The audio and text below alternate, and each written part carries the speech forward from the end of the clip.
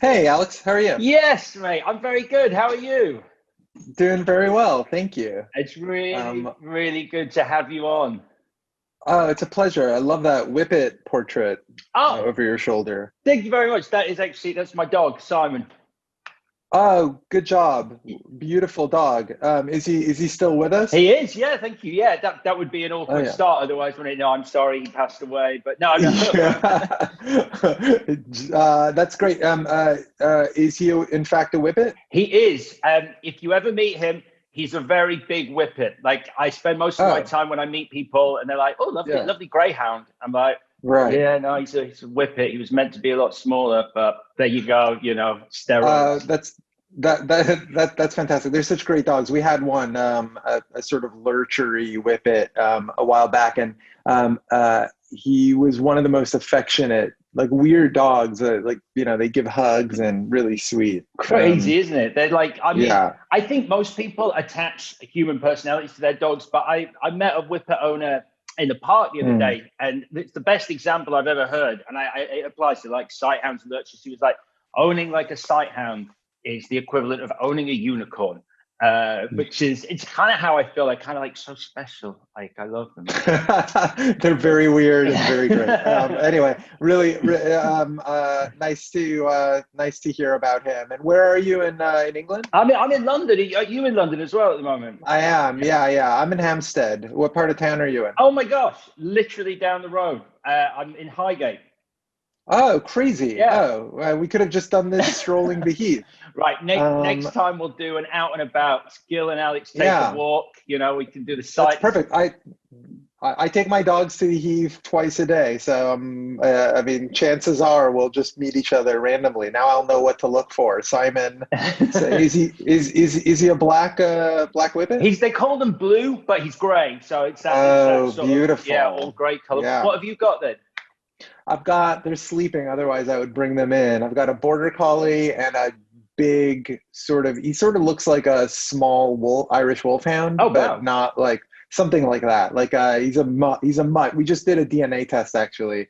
And he's a mixture of 30 different dogs. So he's like basically like a pound cocktail, you know? Wow. But anyway, cool. Yeah. Nice to hear that you're nearby. I could Yeah. just yell loud. Yeah, well, well, that'd be nice. Yeah, I mean, border collies, man, they're a lot of energy. That's a lot of energy in one dog. Yeah, yeah, I have to take her. I mean, she's settling in, poor sweet girl. I mean, she's 5 or 6 now, so she's not as crazy as she was. She's incredible. She's such a great dog. But the two proper walks in the heath a day keep her in the sweet spot Mm. where she doesn't need more energy. I mean, I have to say, like, I've been here now a year, and we'll get into that, I'm sure, in the conversation. Yeah. But just the quality of life of having the heath Mm.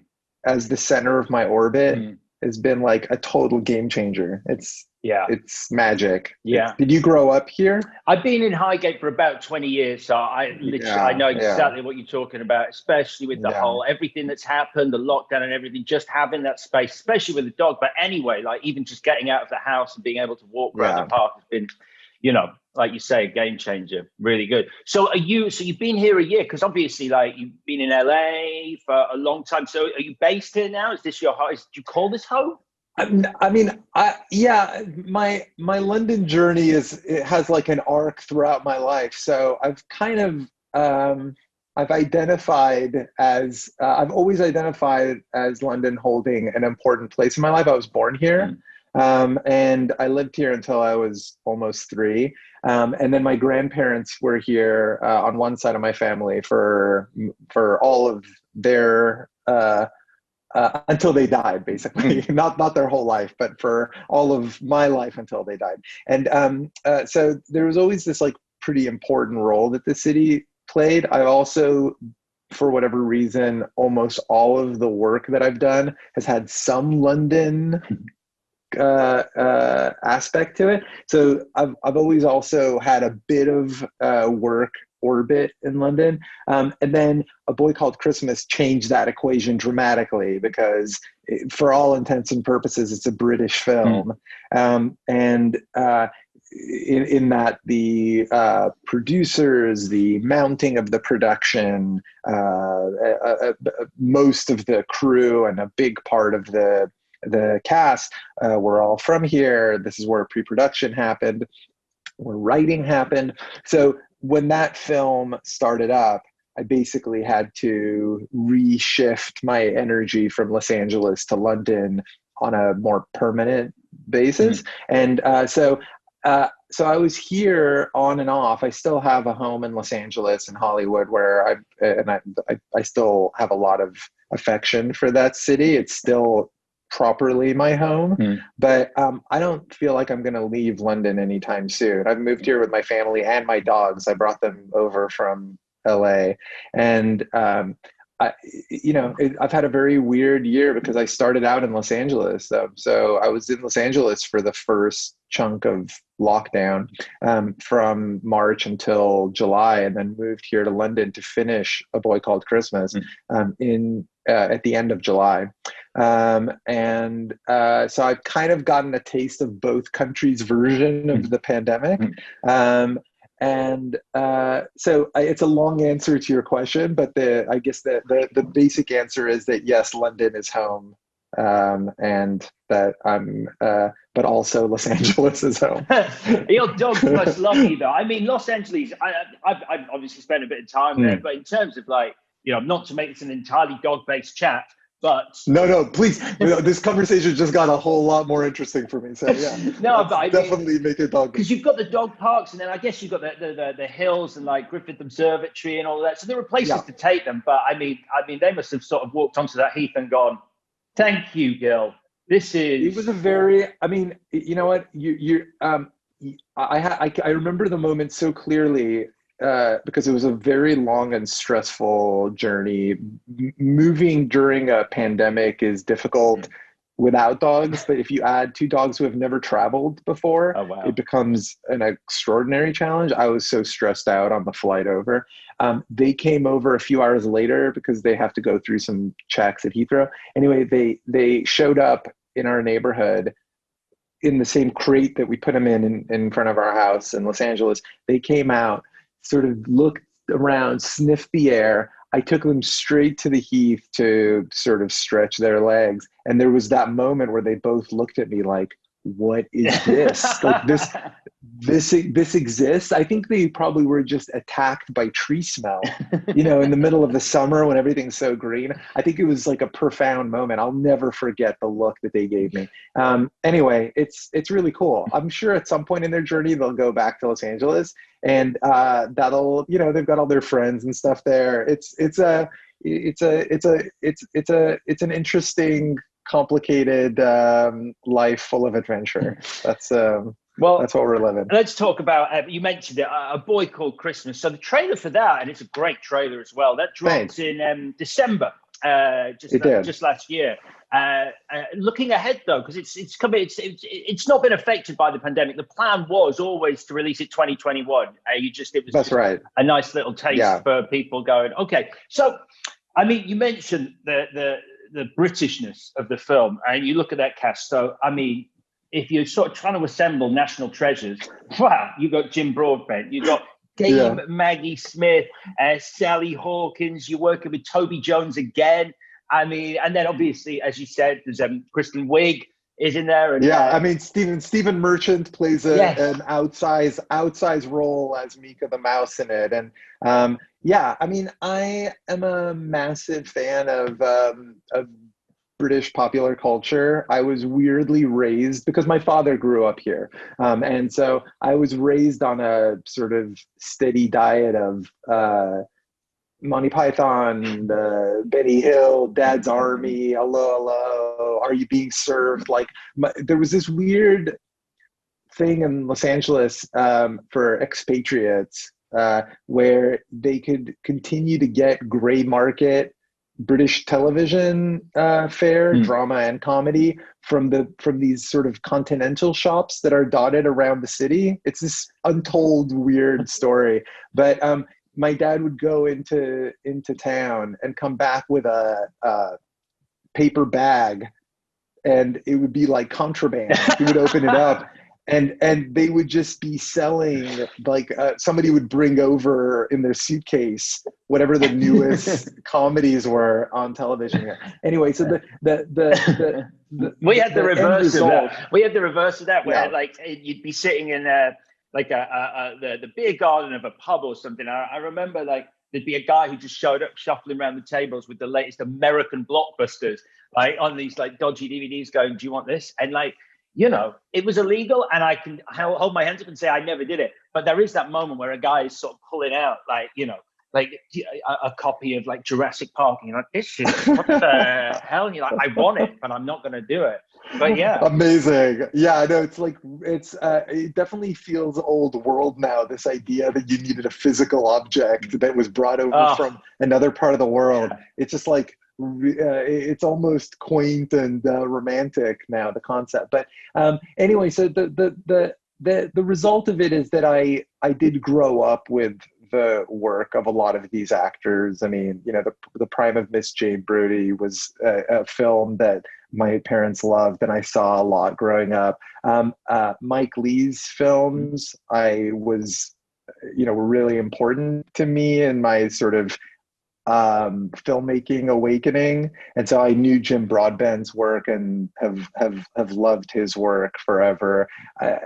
Sally Hawkins, is a contemporary. Actually, we were born in the same part of London in the same year. Wow. So we both grew up in like Blackheath, Greenwich area. There's a chance we played in the same sandbox as infants. Oh, wow. And so she's one who I've just like idolized as an actor, as a contemporary actor. But the result of it is that I've been a passionate fan of the work that these actors were made their name on. And when it was time to assemble my British film, it was like a candy shop for me, you know. And I was really lucky to be able to get all of these actors together. It's an incredible. I mean, the book that it's based on, I've actually read Matt Haig's book. It's cool. It's a packed market, the Christmas movie market, because I think it's, you know, like having a Christmas movie, because Christmas is that time of year. In the same way, like we listen to the same Christmas songs every year, people have their go-to Christmas movie. So it's like going, right, is this going to be a new Christmas classic?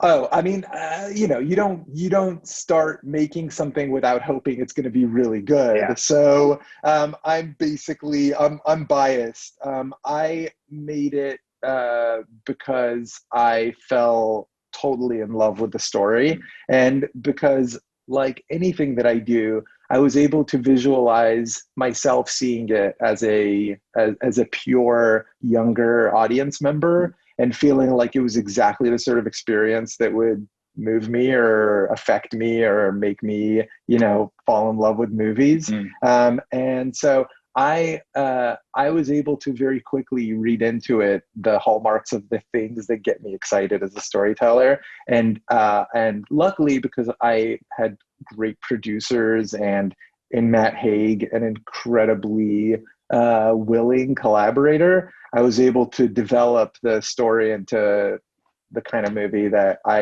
I'm still, you know, pinching myself that I got a chance to make. It was my favorite experience of making anything. Wow. I've had the best time making this movie. That's great to hear, because I mean, there's one moment in the trailer, and I watch trailers, and there's a bit where I'm like, yeah, I know when I see this film, that's the bit where I'm going to well up, because it's a combination of animals and magic and childlike wonder. And it's the bit where Blitzen takes flight in the trailer. And I was like, oh my God, I know that's going to be a hit point for me on an emotional level when I see the film.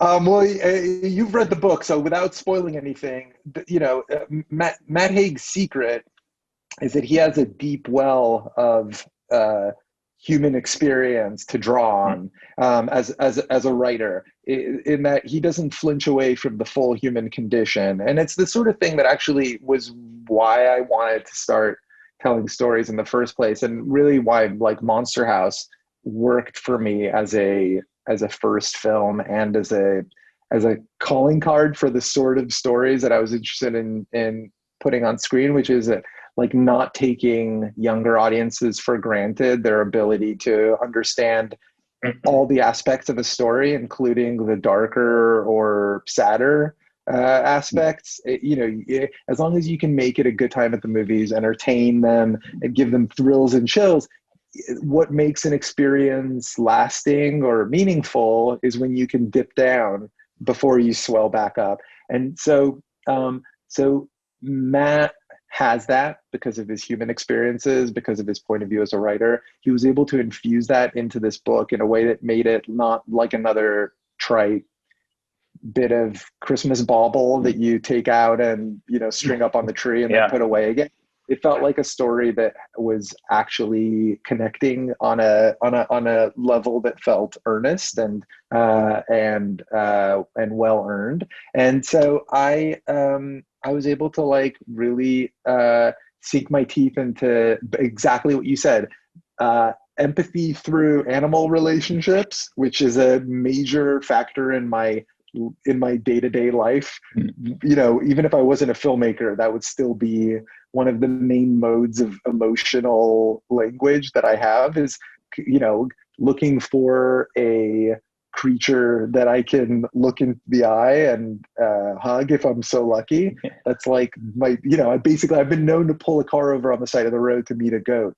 And that's so I had like, you spoke about the human actors in this film. The animal cast in this film is one of the things I'm most proud of in my career. I had an insane director in a candy shop moment of the animal casting sessions where they would, my wife still makes fun of me because I'm like, no, that duck is too tall. Like, I want to bring me another duck that's a little fluffier. It's like just crazy shit. But anyway, I'm excited for you to see the film and for it to see the light of day. Because I'm hoping that with it, there's like a full experience for an audience.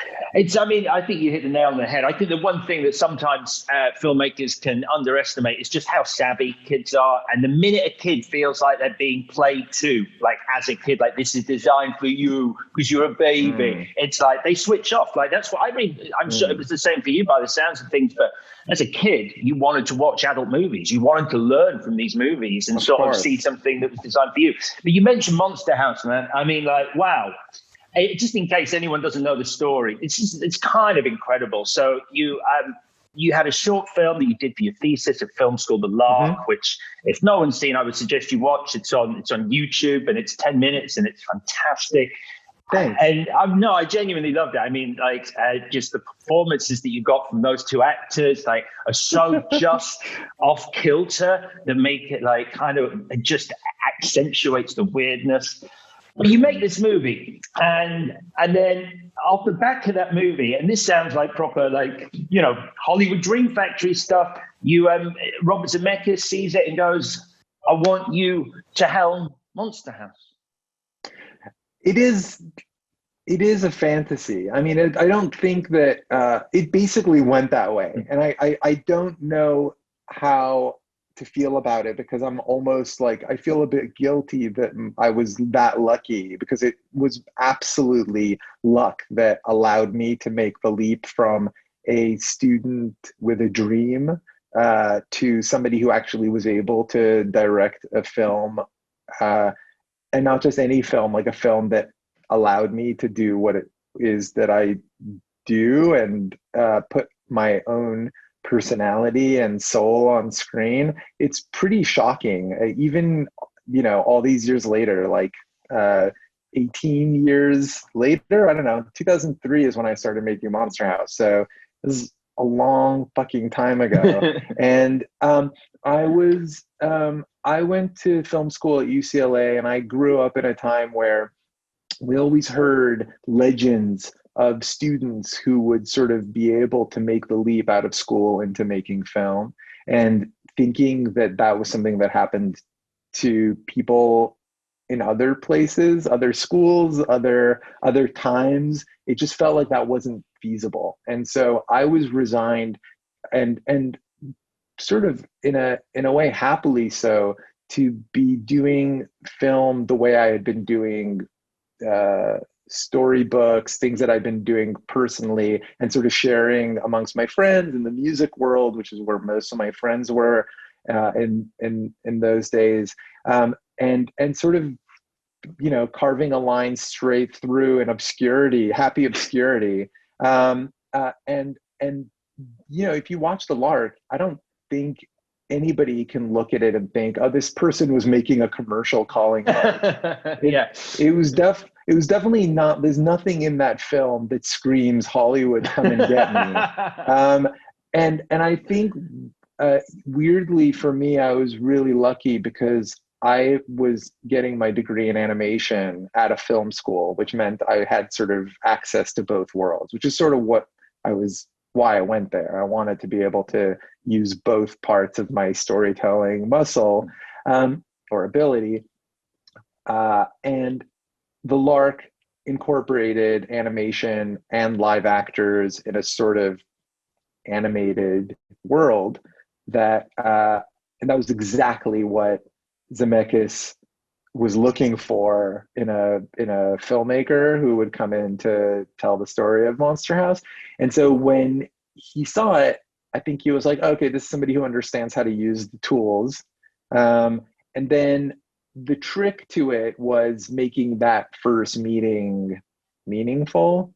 And in that instance, I just had a really great first meeting. And a big part of that was that I read Monster House. I knew exactly, because Dan Harmon and Rob Schraub had written a great script. So funny. Such a funny script, yeah. Really funny script. And but there was something in the script that it wasn't like, the third act didn't quite land. It was like almost all there, but it was missing there was a big sort of story element that was still off the page. And I came in with a pitch, and that pitch worked. And what did you bring to that third act then? Because I mean, it's a little more than the third act, but basically there was no Nevercracker. Old man Nevercracker died, as he does in the film. But that was it. Yeah, he became the house, and then it was just about doing battle with the soul. Yeah, of your wow, because neighbor. That's crazy. Because Nevercracker's like turnaround is one of the most powerful emotional beats in the whole thing. When you realize that he's scared and like, yeah. So I again, like, I think it sort of goes to this idea of the respecting a younger audience's ability to understand complex human emotions and behavior. It was basically bringing a bass note to the story and a bit more of a character arc to Nevercracker, who was allowed to have his third act. And this whole idea of a wife named Constance who which gave heart to the mythology and the story. That was all in that pitch. And it was a wild swing. I mean, I actually think it was like insanely naive of me to walk in and be like, hey, Robert Zemeckis, it's really nice to meet you. Here's what I think you should do with your movie that I have no right to be pitching on. But yeah, that was the meeting. I love it. And it's, you see the Amblin logo at the start, and obviously you and I are roughly the same age. So we grew up with Explorers, Gremlins, The Goonies, Monster Squad. And what I got, from Monster House, it captures that feeling of American suburbia that we grew up with in all those Amblin films of the 80s. And it just, thanks, man. It's a real nostalgia hit while being, a very modern film. It's funny, there's two things that makes me remember. One is that the script was actually was contemporary. So I never had a conversation with anybody. And this is a testament to how incredible my producers were on that film. I never had to justify the time that I was setting the film in. In fact, I don't think I ever had to communicate it to anybody. I just did it through the design of the film. And that is actually something I'm just remembering now, because I feel like if in any other context, people would be like, is this a period film? Why are we making this movie that's already like a real risk for us as a studio and making our job harder? Because there wasn't really anything like that. That was, I don't think there were any films that were tapping into that time zone around when I made Monster House. Anyway, the other thing that makes me think about is the fact that I had to beg to use the Amblin logo at the beginning of the film. Wow. And they had to go and dust it off from the negative and strike a new print and digitize it so that I can use it at the start of the film. That's and amazing. I knew it was really important, because I don't think they'd used the animated Amblin logo in anything in quite a while when I made Monster House. And yet here I am going, for certain people of a certain age, you see that logo and you feel like you're home, because like it's an era. I mean, talking of the 80s, one of the great films of the 80s is obviously Ghostbusters. I mean, I'm going to assume you're a fan, just right off the bat. It was an important movie for me. Ghostbusters came out just after I'd moved to America in 1984, and I moved to America in the summer of '84. So it was for me like part of that experience of feeling connected to this new world. That movie was deeply meaningful, and I watched it 100 times in my childhood. And it's got that thing which I think really infuses your work a lot, which is this: it's a family movie. Yeah, it's fucking terrifying. I mean, I remember before I even saw the film, one of my friends had the big hardback, like comes with like movie book, and for whatever reason, whatever sick mind decided to put that book together, we were sitting in the back of the car and we opened it, and it's the library ghost after transformation on a double page staring at you. And I was like, I closed that, terrifying. But I just like, obviously it's a huge hit point. So the natural question is, you've written along with Jason Reitman the new Ghostbusters movie, Ghostbusters Afterlife, the third installment, the continuation of the saga. That has to be a pinch yourself moment like no other. I am so lucky that I've gotten a chance to play in the in the hallowed walls of one of my favorite storylines in movie history. Like, I feel like playing with the story of these characters and in this world is an immense and terrifying honor. It felt like that from the beginning. I mean, Jason and I have been friends for a very long time. We met when both of us were editing our first films. So I was a few months into editing Monster House. He was a few months into editing Thank You for Smoking. And we met very, very randomly while lacing up ice skates, and just struck up a conversation, and it began a friendship that is Jason's my best friend. We talk every day. We've been writing together for a few years now. So this is our Ghostbusters Afterlife is our fourth screenplay together, maybe third screenplay together. And so for us, it was always something that was part of the conversation. There was obviously for Jason a family lineage and mythology that was meaningful and heavy and real, and something we had to really talk about in terms of what it meant for him as a person, as well as for us as storytellers. And I'm excited for you to see the film so that we can have a conversation about what it actually does as a story.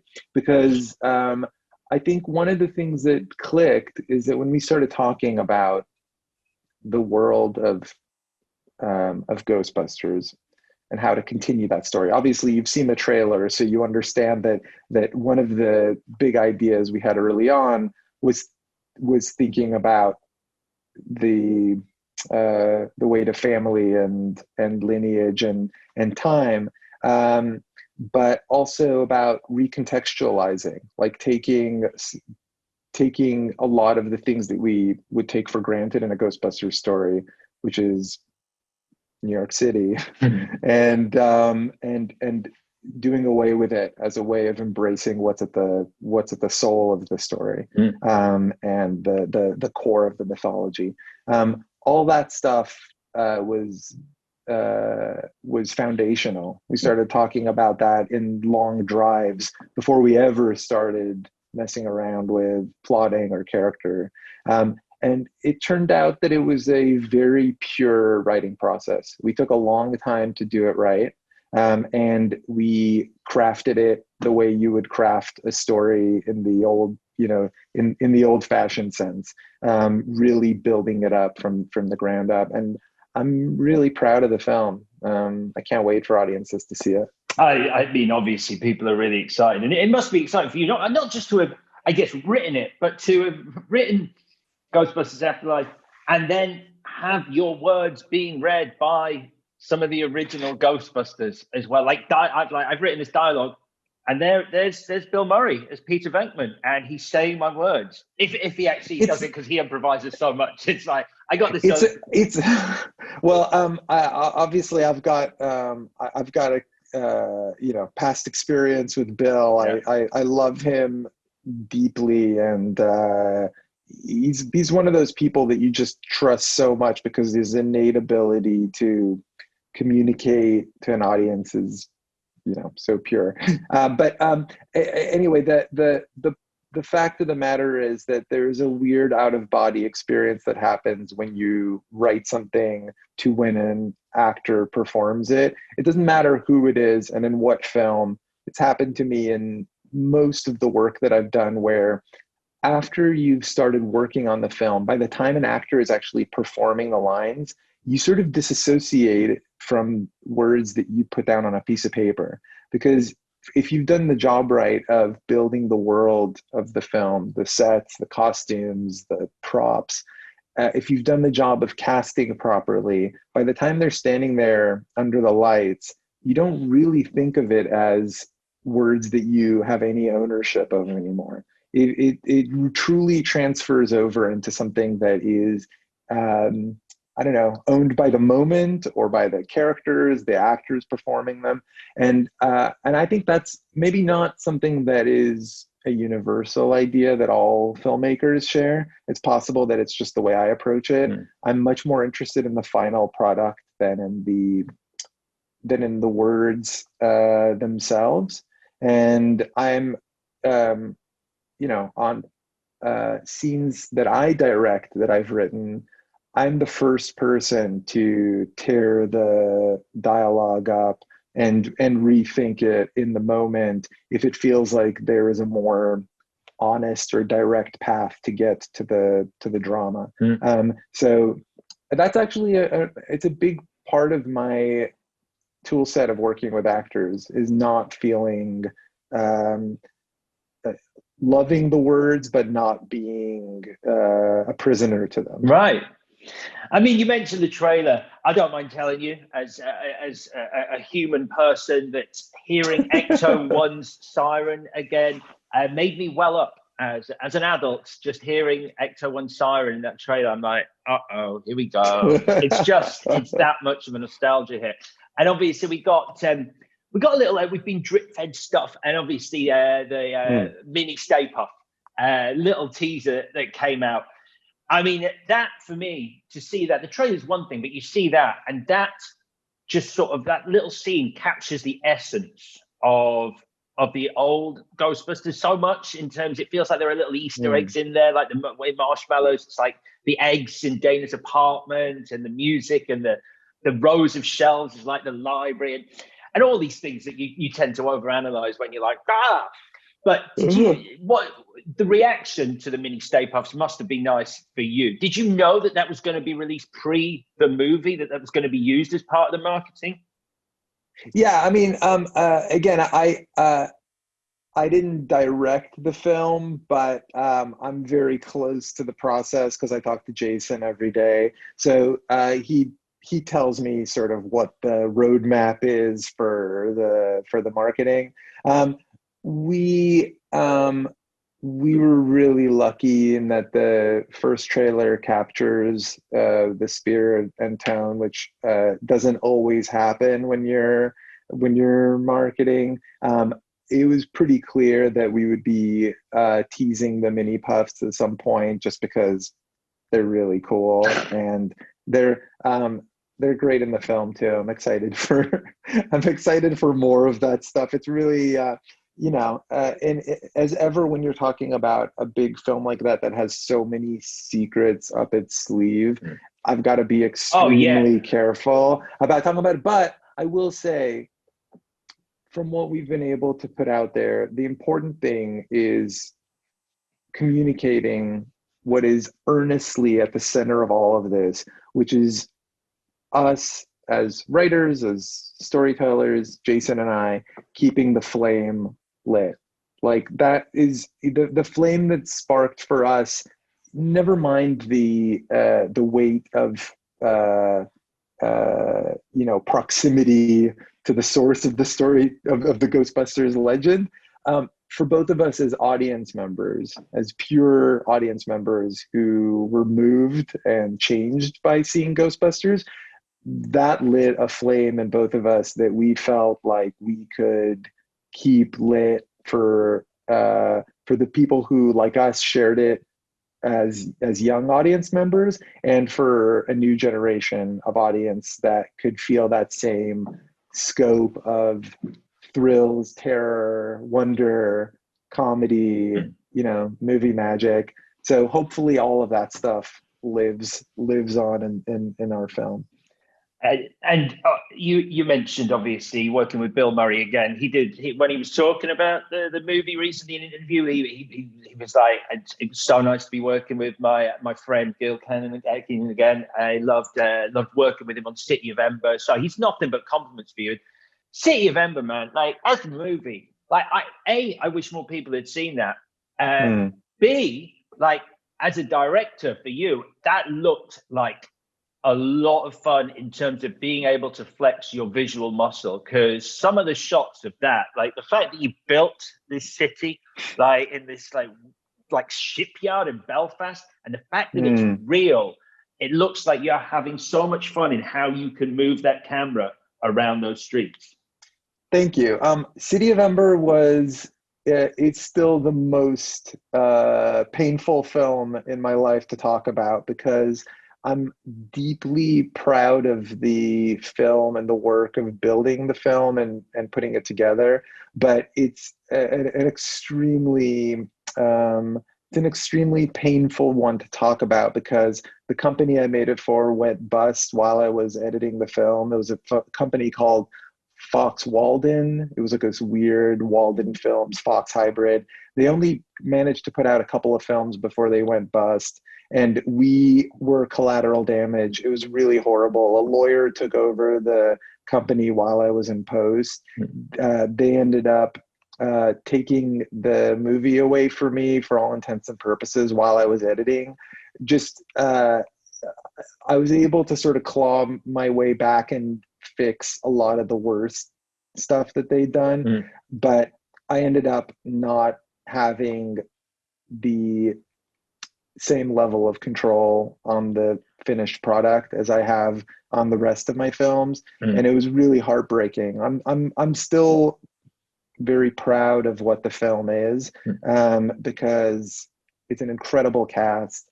The world of the film is fully realized, and I just wish I could have done more to keep the soul of the book alive in the finished film, because really what ended up getting compromised and bludgeoned by the work that was done to the film in post was the soul. It works on a lot of levels, but it's missing that the undercurrent of heart and emotion that I'd worked really hard to build into my collaboration with the screenwriter, and that I was trying to keep going from the novel, that I'd worked really hard with my incredible cast to shoot.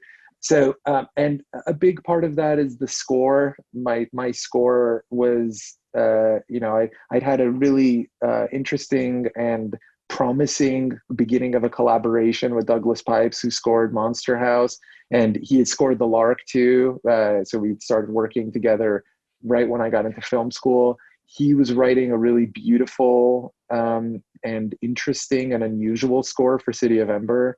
And the legal team that took over the ownership of the film just totally did away with it, and had a sort of action movie score recorded in a couple of weeks, and it was really tough to handle. Yeah, I can imagine, because by the sounds of things, that score would have sat so well next to the visuals, because it's got that, just very surreal in parts, but very well realized. I mean, at times, like, it has this delicatessen vibe, Jean-Pierre Jeannot's vibe to it. Which, and that, I mean, Janae and Caro's work was pretty important for me in cutting my teeth as a film fan and a budding filmmaker, because I loved the idea of seeing something that felt so illustrative and expressive put on screen. I also had very close to my heart was the work of Terry Gilliam, which was a huge inspiration for me growing up. I actually had the privilege. Oh, he's your neighbor too. Do you ever see him walking around? So this is, I don't know if I should say this. So this is a long time ago. But I'd heard that he lived around here, and me and one of my friends, a writer friend of mine, we were just walking through the village, and Terry Gilliam gets off a bus. And I'm like, it's Terry Gilliam getting off a bus. And again, not proud, but I was like, I wonder where he lives. So we followed him home. So just to see where he lives. Yeah, he does live just down the road from me. Funny. Yeah, sort of following a film, like one of your favorite film directors home, and you'd suddenly go, is this stalking? Are we? Where is the line? I think I've read about this. But yeah, I get that. I guess that to try not to, obviously it was a painful experience, but I guess to put a positive spin on it, like, you got an education in that side of how things can happen, and at least if it was to ever sort of rear its head in the future, you now have the arsenal to deal with that. I'm definitely protected, at least in terms of the choices that I make. The people when I start making something, I look every person who's giving me money in the eye and make sure that we're after the same sort of end product. The story that I deliver to screen in a theater or cinema is exactly the same one that they think I'm going to be delivering when they write that check. Because that disconnect, it feels to me like with City of Ember, there was a too late in the process of understanding that, wait a minute, we're making a post-apocalyptic underground city children's film. And I think that for whatever reason, somebody thought that was not a commercial prospect. Too late in the process. But you asked me earlier about Monster House and the journey from the Lark to Monster House and what a dream that was. In some ways, this is the come down to reality moment of you're going to have to struggle just like everybody else. And that's a very privileged struggle, because I'm still talking about directing a film that is being screened in at least a handful of theaters around the world. But in terms of the contrast from making Monster House, being nominated for an Oscar for it, and feeling like I was totally flying high, that experience did a great job of bringing me down to earth.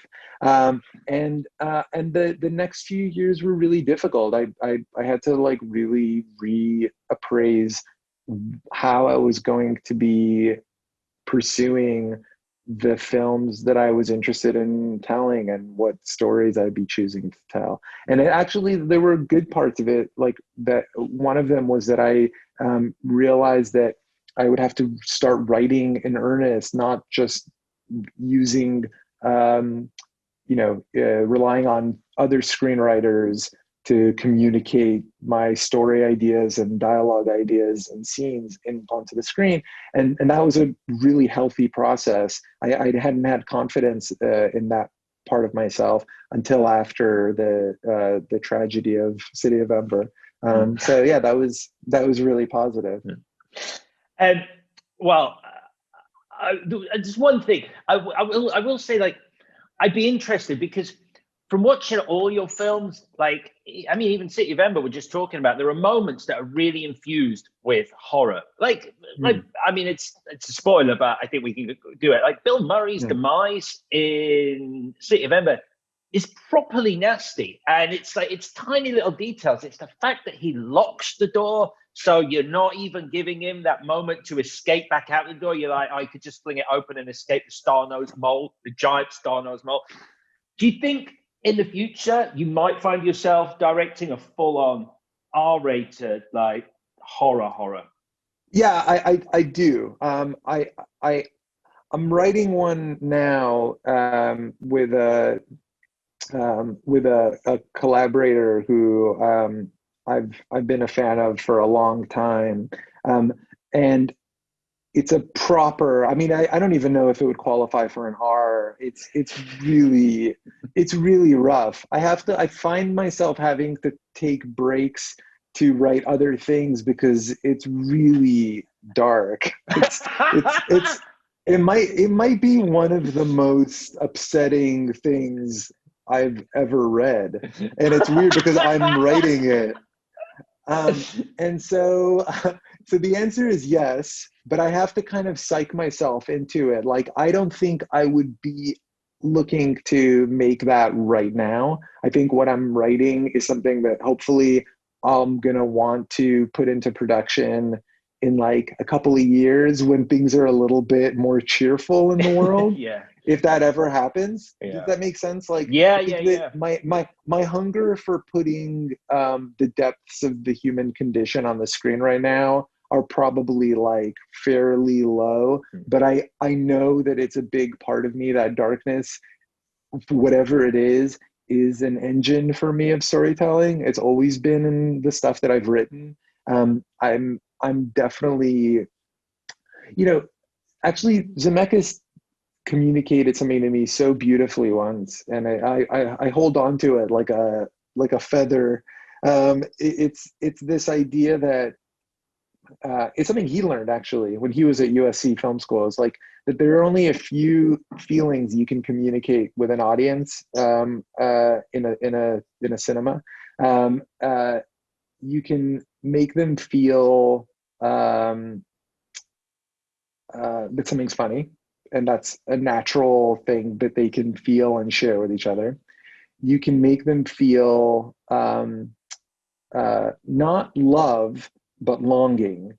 So the idea of longing is a tangible thing that you can communicate, and fear, and that's it.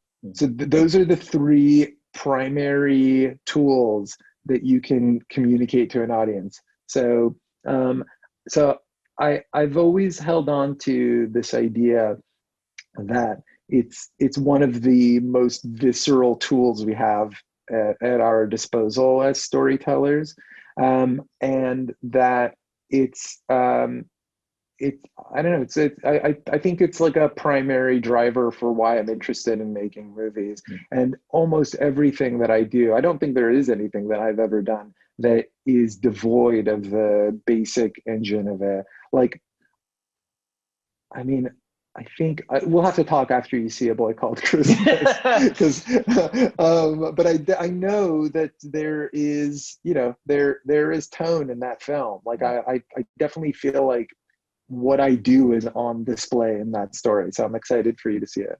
I can't wait to see it. It's A Boy Called Christmas that's coming out at the end of the year. Before that, the movie you've co-written, Ghostbusters, Afterlife, that's in November. Exactly the kind of movie that is hopefully going to get people back to the cinema, because cinemas have had like such a rough time. Yeah, and I can't wait. Yeah, yeah. I can't wait to see. I can't wait to see. I was just thinking. I was just thinking yesterday about just the idea of an audience being in a movie theater together and experiencing something. I know we're all thinking about it because here in England, that's meant to be starting on Monday, this coming Monday. It's just it's such an important part of my life, both professionally and as an audience member. Those experiences really matter. I can't wait to share them again. Yeah, I mean, that's the thing. I think there are numerous reasons why people go to the cinema, but I think the one that is the most like powerful in terms of why people are going to go back to the cinema, or I hope they are, it's the communal experience. You can watch a movie on your own, and it's literally, it can be like the negative of a film. It's like the opposite experience to what you get when you're sitting alongside people who are experiencing the same thing and having those same emotional responses at the same time to seeing something on a big screen. And I would argue that's especially true for things that are scary or have genre leanings, because part of the basic the basic recipe for creating suspense or horror is to make an audience feel like they're losing control. And when you're sitting next to your remote, you always have control. You can always stop the thing and go and get a drink or take a break or check your phone or whatever. When you're in a cinema and you're watching something scary, you've been so swallowed up by the experience that it becomes, there's something, it has its own gravitational pull. I think that's something that we take for granted in the last year of incredible like democratization of the experience of watching things. There's a lot that's great about watching films at home. I really love the convenience of it, of course, the access to so many more films, and choosing what you want to watch when you want to watch it. But it's giving yourself over to a story that a cinema does better than anything else. Yeah, and it's the immersive thing. And like, to use your example of horror, it's like you watch a horror movie in your own home. You have the safety net of your familiar surroundings. You watch a horror movie in the dark of an alien environment, and it just compounds like the fear that you're experiencing. And you do genuinely, like, I've done it myself. You go back out into the daylight blinking like, oh, okay, I'm safe again, because it was in that room, in that strange environment you put yourself in, that this thing happened. Isn't it great? It's great. It's great. And Gil, listen, it's been a pleasure talking to you. Next time we'll take the dogs and we'll do it on the heath. I'd love that. Will you send me a photo of Simon just so I can see what he looks like? Yeah, of course. I absolutely will do that. I'd bring him in right now, but I don't have a lot of upper body strength, and I can barely pick him up. He's like a small horse. I think you said you had a DNA test on yours. I think if I did a DNA test, people would be like, "This ain't no whippet." I don't know why. Really? He's wow. Is he bearded? Is he bearded at all? Does he have any lurchery beard? Completely short hair. Like the where he came from, they were like, "Would you like a whippet?" I'm like, "Yeah, I would like a whippet." And when he's that big, I'm like, "Great." The problem was, I thought I was getting a whippet of a sort of your normal sized whippet. So like day one, we lasted about 7 minutes of crate training before he was in the bed. But now it's like three human-sized objects in a double bed. It's insane. I would not have put him in the bed. I wouldn't have it any other way. I'm serious. I'd love to meet him at some point. So let's when things get more open up, let's just meet for a walk in the heath. And let our creatures meet each other.